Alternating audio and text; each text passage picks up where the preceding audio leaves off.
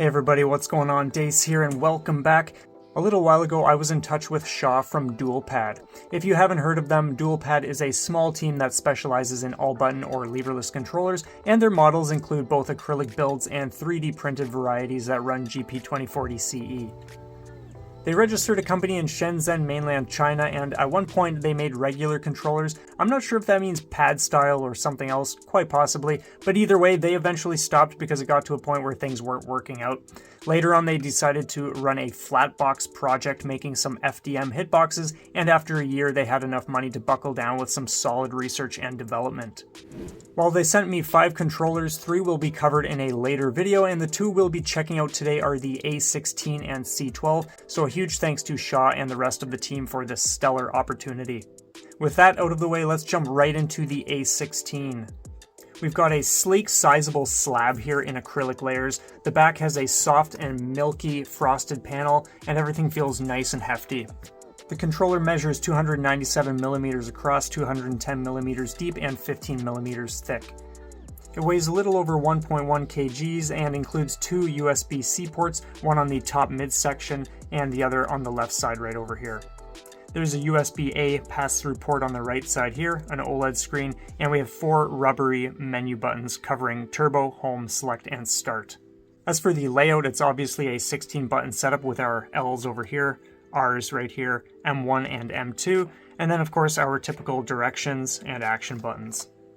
The A16 uses Kailh low-profile V2 switches with frosted keycaps, which I always enjoy playing on since they're smooth and have a bit of texture.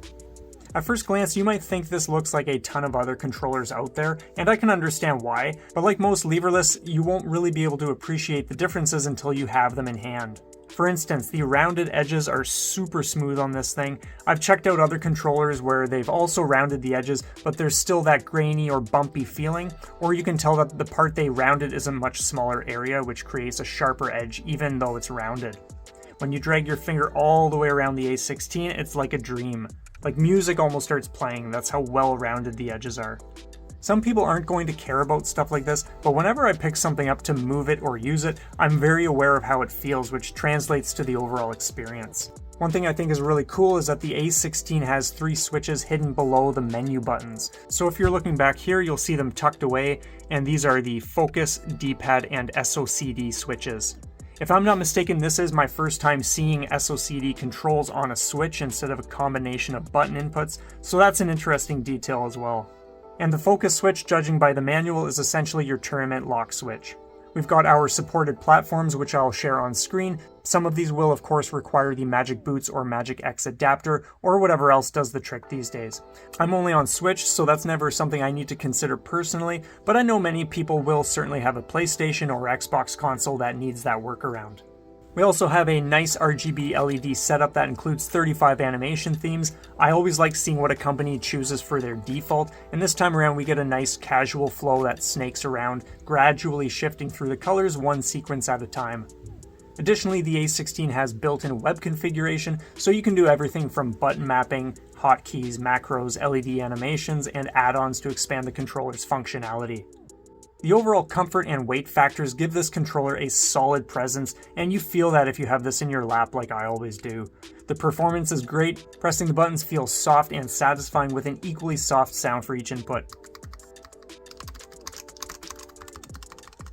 All in all, everything functions perfectly and I've encountered no issues.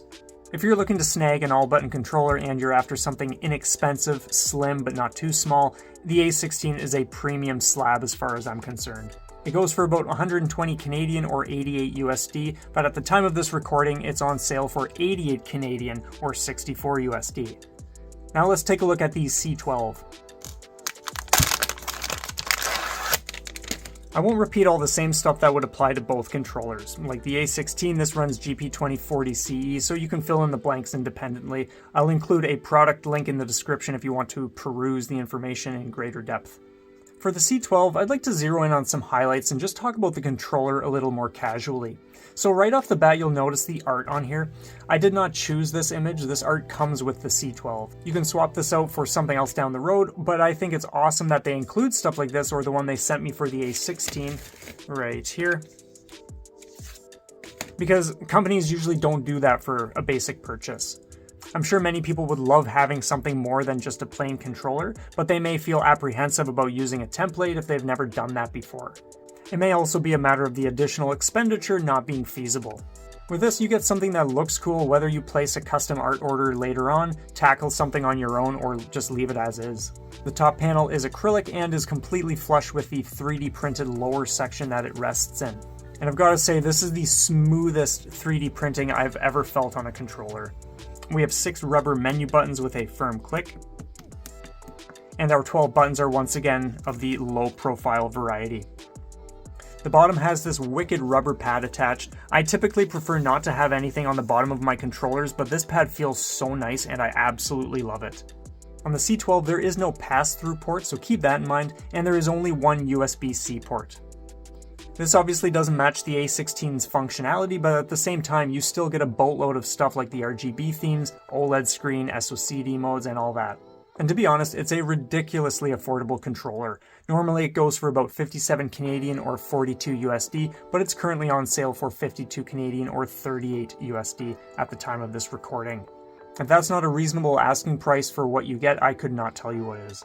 In any event, the C12's performance is excellent. Again, no problematic situations of any sort whatsoever. It's been an impressive controller to play on over the last while, and I think anyone who grabs a C12 will really enjoy it. But that's where I'll leave things off for now. I greatly appreciate everyone who watched this video. In the comments, let me know which appeals to you more, the A16 or C12. Thank you for your time, and a huge thanks once again to Shaw and the team for extending such immense generosity. I love checking out controllers, and I'm excited to cover the other 3 in the near future. That said, have a stellar one, everybody. Keep your days infused with passion and fulfillment, and we will see you all next time. Take care.